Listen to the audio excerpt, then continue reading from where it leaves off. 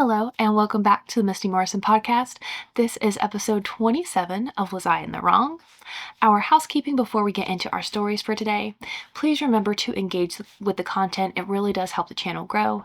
If you are listening on podcast, please leave a 5-star review and share it with a friend. You can hit the plus icon to be notified every time a new episode goes live. If you are watching on YouTube, please like, subscribe, comment with your thoughts on the stories, and share it with a friend. And if you are following along on socials, go ahead and comment on the post with your thoughts on the stories. All right, we are going to go ahead and get into it for today. I normally don't save posts that are picture-based, but I saw this one when I was scrolling Reddit today, and it just blew me away. So we're going to start with this one. Story number 1 is coming to us from r/am I overreacting? He's been pursuing me, then sent me a spreadsheet asking to be reimbursed for our dates. Am I overreacting? So there is text on this one, but there are 3 photos as well. So let me see where we should start.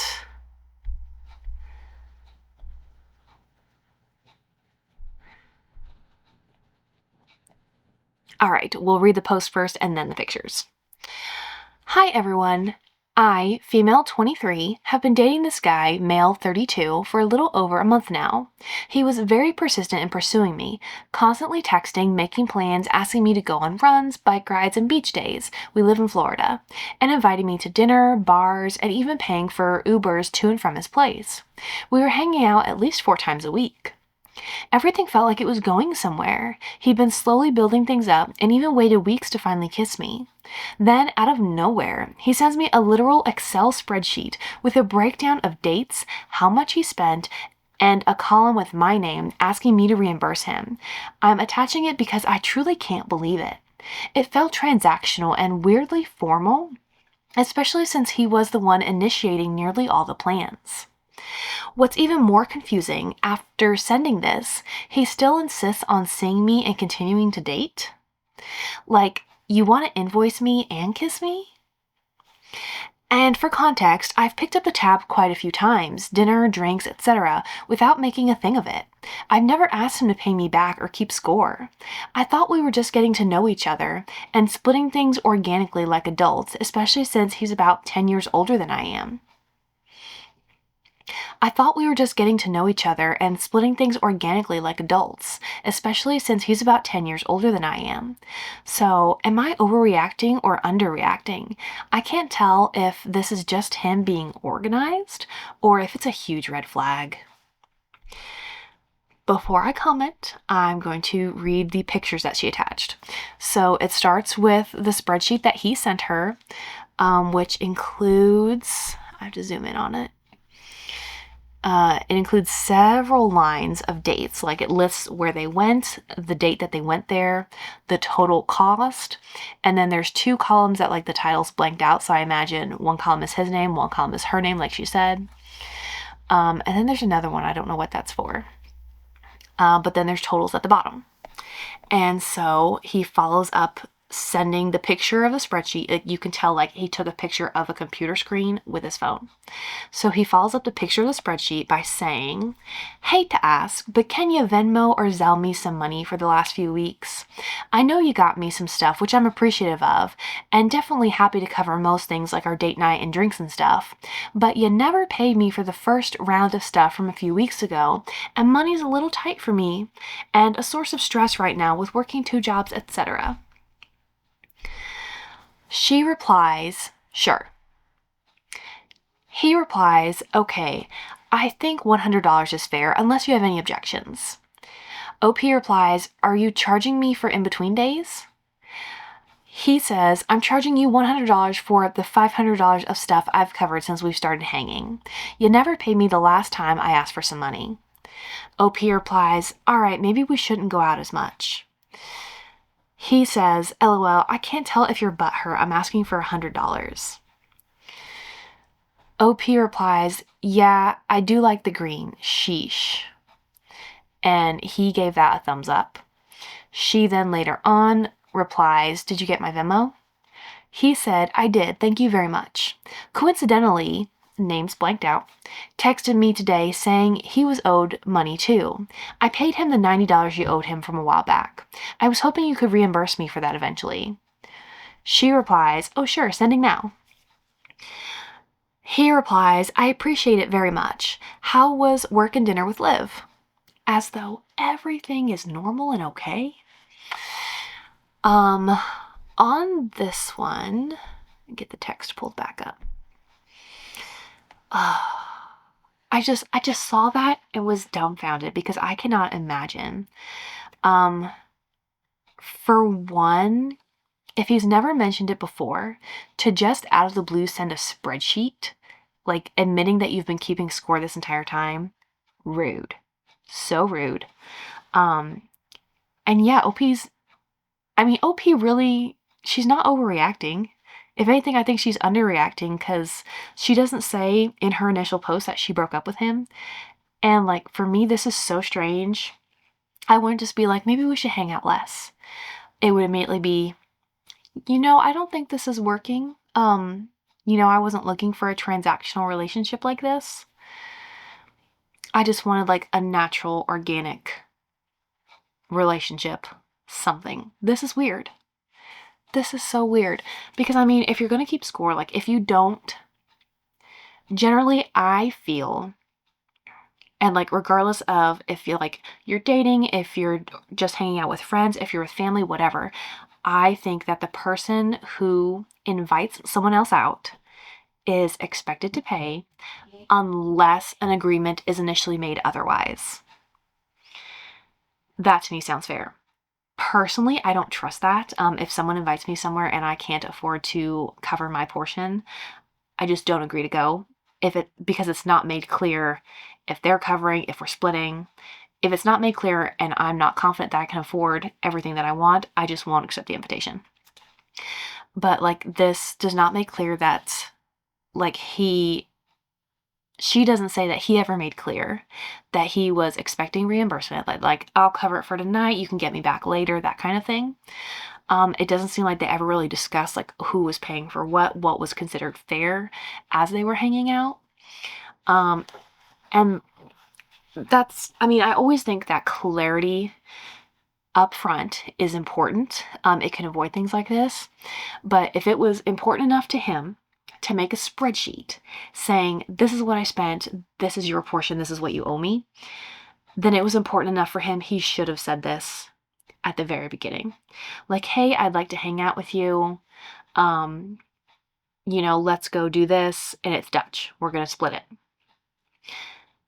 That's easy. Like, it's so, like, if you just say that up front, everyone has their expectations set.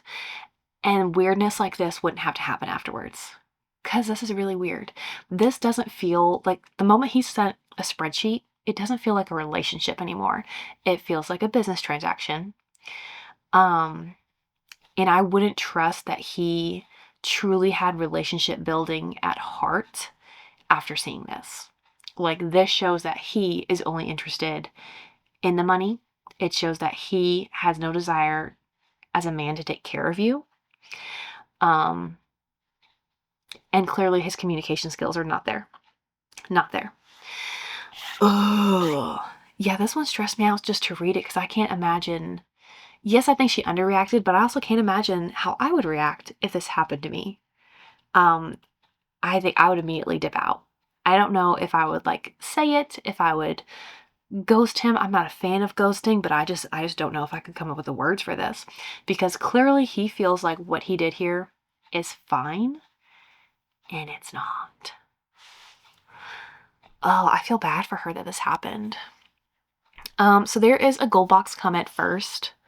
And then there is a reply to it that's also gold boxed. So I'll read those to you because I think they said it really well.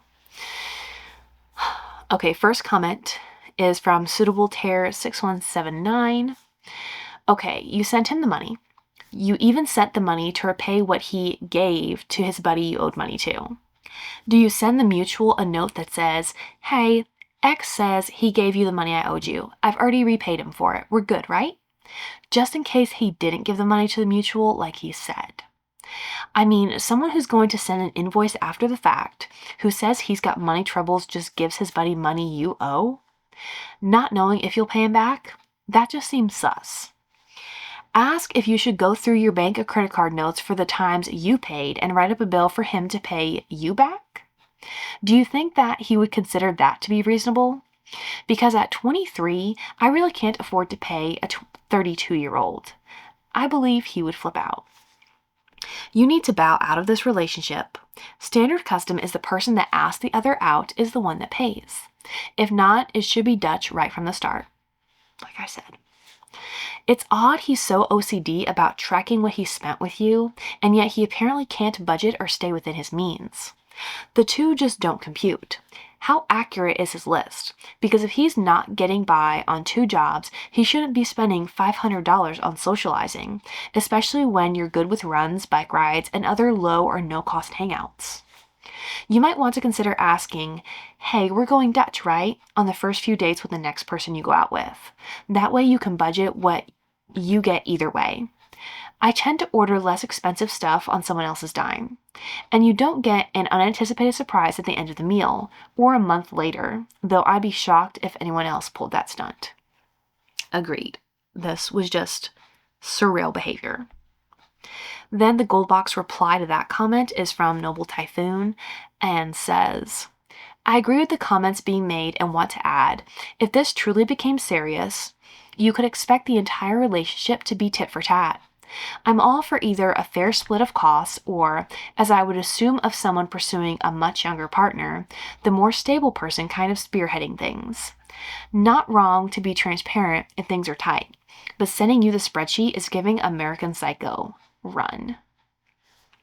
I agree. There's just like the way he kept tabs without telling you that he was is super suspicious. I don't like it. I don't like it. This just feels like he was never upfront with you about his needs, his limitations, his expectations. And I just don't think that's a good way to start things. I feel like he should be at least a little better established than that by now. All right. Story number 2 is coming to us from r/AITAH. AITA for refusing to forgive my brother for sleeping with my now ex-girlfriend after my accident and for refusing him closure. This one seems very drama-filled already. I, 33 male, was in an accident when I was 22 years old.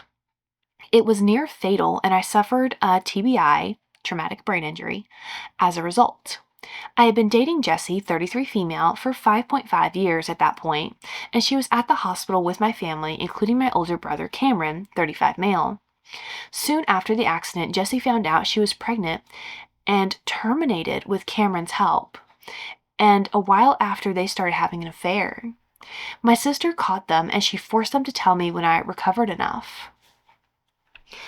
Jessie confessed eventually, but she acted like we were going to work through it. I made it clear it would never happen, and I told her I never wanted to see her again, and I wouldn't be going back to our place ever again. Cameron tried to shame me for that, but I kicked him out and refused to see him. Our sister let him know he was dead to me, and I'd never forgive him for it. For a while, he let me work on recovery, but he tried to make amends or whatever.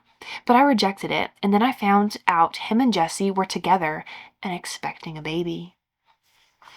The whole thing made recovery so much worse, and my sister was honestly the best support and only person I fully trusted through it all. My parents wanted me to work things out with Cameron and Jessie. They wanted us to be a family, and I just couldn't deal with them trying to force me into that after the way I'd been treated. My sister had to be my advocate at times when I couldn't do it myself. I'm back to normal now, but had a health scare last year in the run-up to my wedding. It was stress-related. Cameron found out the health scare in April, and he asked our sister for my contact details. She refused to give them, so he started showing up at her house until he caught me and my wife there. He was demanding answers about why nobody let him know sooner about the health scare and why I wouldn't let her share my details. He said we needed to put this to bed once and for all and get closure. I told him I needed no closure, and because he was digging in his heels, I decided to tell him to F off one more time for good measure. He told me him and Jesse both needed my forgiveness, and they need me in their lives because their kids ask questions, and it sucks not having answers. I told him I'll never forgive them. Never let them back into my life, and F him for putting his kids' questions on anyone but him and Jesse. And I told him I'll never give him the comfort of closure. I said he should try being in my position 11 years ago, and then have the people who stomped all over you trying to demand forgiveness and closure. I told him to get over himself. My sister had to call the police to make him leave. He would not go. She heard from him afterward, and he was ranting at her that I was willing to die spiting them, and it's wrong, and if I'm happy, I should move on and forgive, etc. She blocked him and told her parents she's completely done with Cameron too. They're so upset over what happened, and they asked me if there was nothing that could be done to make me forgive. That they hated keeping my health scare from Cameron and would hate for him to miss out on saying goodbye if the worst happened to me. I told them he should have thought about that before everything. They begged me to be more loving. I admit it pisses me off that they want to brush this all away and for us to play pretend. But AITA, because I won't actually work on forgiving and allowing them closure? No. This is such a horrible story. You are not the asshole. Do not let them trick you into believing that. Cameron and Jesse are the assholes. They did horrible, horrible things to you. Like, you had your accident. She was pregnant, it sounds like, with your baby, and your brother helped her get rid of it just to turn around and get pregnant by him instead. That's a whole different level of horrible that I don't want to spend too much time thinking about. I can see where your parents are coming from. They just want, like, I've seen this in other families. The parents just want all their kids to get along. They just want the big happy family. They don't want, to have separate holidays because these kids can't get along with this kid. I get where they're coming from, but they have asked and asked and you have refused, and you have made clear how hurt you were by all of this. At this point, they need to drop it. They need to let it go and just accept the situation as it is, like you have. Yes, you have moved on with your life, and it doesn't mean that you're not happy because you won't forgive them. In my opinion, forgiveness isn't for you. Forgiveness is for the other person. I don't really believe that forgiveness is necessary for the person who was wronged to forgive the people that hurt them. I think that's more for them. I think you can move on with your life and be happy with your life without forgiving them, because I feel like forgiving them, basically is saying, oh, it's okay.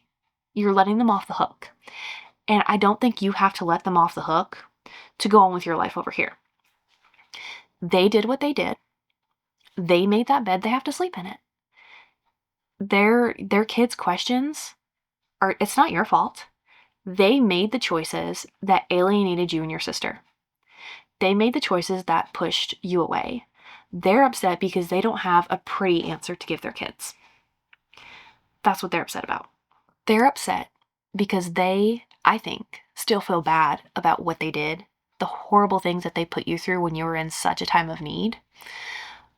They're the ones that need your forgiveness. They're the ones that need closure. You don't. You know what happened. You have accepted it as fact. This is what happened. And you moved on. Forgiving them gives you nothing. Yeah, I'm so glad that you had your sister there in your corner, and she truly did stick by you through all of it. He really took it up another level when he came to her house and wouldn't leave. He got to stalker level. That was creepy. He took it too far. What's the other thing? Oh, him being so upset that nobody told him about your health scare. He doesn't deserve to know. He is no longer a part of your life. He made sure through his actions that he would no longer be a part of your life. He doesn't get to know. You don't owe it to him. Nobody owes him information about you. because you two no longer have a connection. It does not matter that you are brothers. It does not matter that you grew up together. He ended the relationship when he chose the actions that he chose, and he has to live with that. So, OP, you are not the asshole. You are right. Do not let anyone sway you. You do not need people like that in your life. Whew, that was a hard one. And we're done. I've got some stuff to cut out, but I'm at like 24 minutes right now. There was so much in those. We only had 2 stories for this week's episode of Right and the Wrong. That's wild. That blows my mind. But that's it for today. So thank you so much for being here. I have enjoyed our time together. And I will see you next time for another episode of the Misty Morrison Podcast. Bye.